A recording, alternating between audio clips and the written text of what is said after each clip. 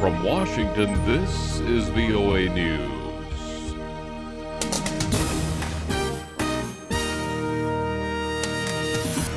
Coming up, a ceasefire in the Middle East.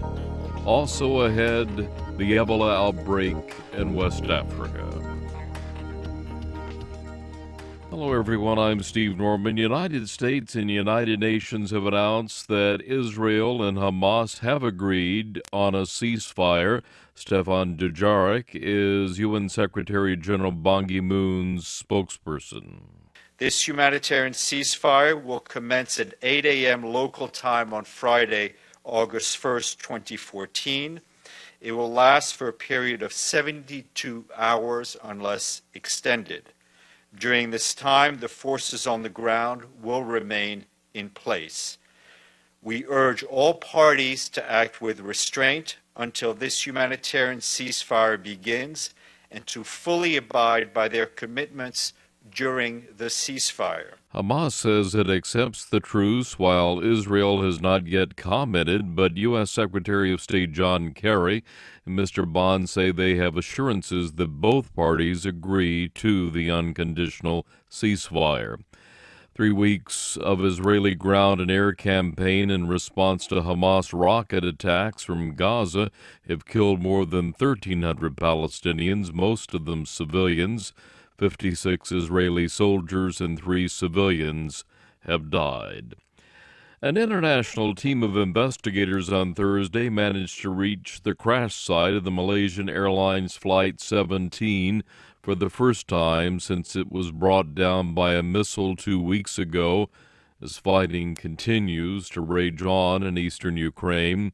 Ertugrul Abakan is the chief monitor of the OSCE Special Monitoring Mission in Ukraine. All parties were,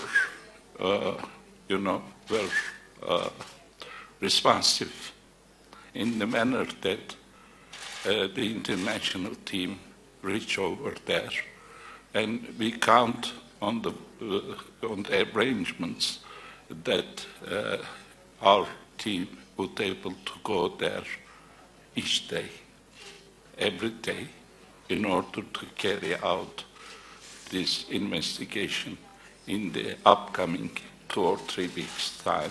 Clashes along routes to the wreckage site between government troops and pro-Russian separatist rebels had kept the delegation from reaching the area to retrieve bodies that have been lying in open fields where midsummer temperatures have hovered around 32 degrees Celsius for the last several weeks. Ukraine's Deputy Prime Minister Vladimir Grossman vowed to maintain a route leading to the crash site safe so it can continue to use access to the embattled region. Plane was shut down on July 17th, killing all 298 passengers and crew, including 43 Malaysians and 195 Dutch. Now the latest on the Ebola outbreak. Here's Ann Look at the VOA West Africa Bureau. This is the worst outbreak of Ebola since the disease was discovered in 1976. But the strategy for fighting it is the same: containment. That means isolating the sick and monitoring those who have had contact with a sick person. Ebola spread into Sierra Leone and Liberia from Guinea in April. Health experts say it's unlikely the outbreak will move beyond West Africa, but further cross-border contagion within the region is still a concern. Ebola has killed more than 700 people in Guinea, Liberia, and Sierra Leone since March. It has reached the densely populated capitals of all 3 countries. There is no cure for the virus, but available statistics show that just over a third of those infected during this outbreak have been able to fight off the infection. And look, voanews.com. Secretary of State John Kerry met with India's finance minister Thursday during a visit aimed at boosting economic relations between the world's largest democracies. Mr. Kerry is in New Delhi to urge India to drop its opposition to global trade reforms that economists say would stimulate the world economy. Thursday was the World Trade Organization's deadline for adopting the reforms.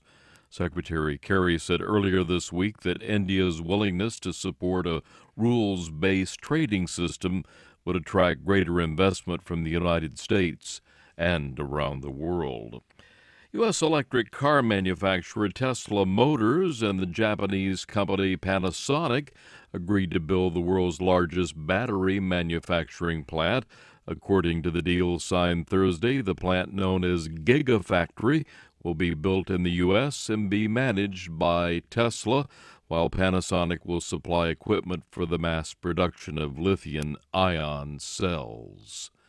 I'm Steve Norman in Washington. That's the latest world news from VOA.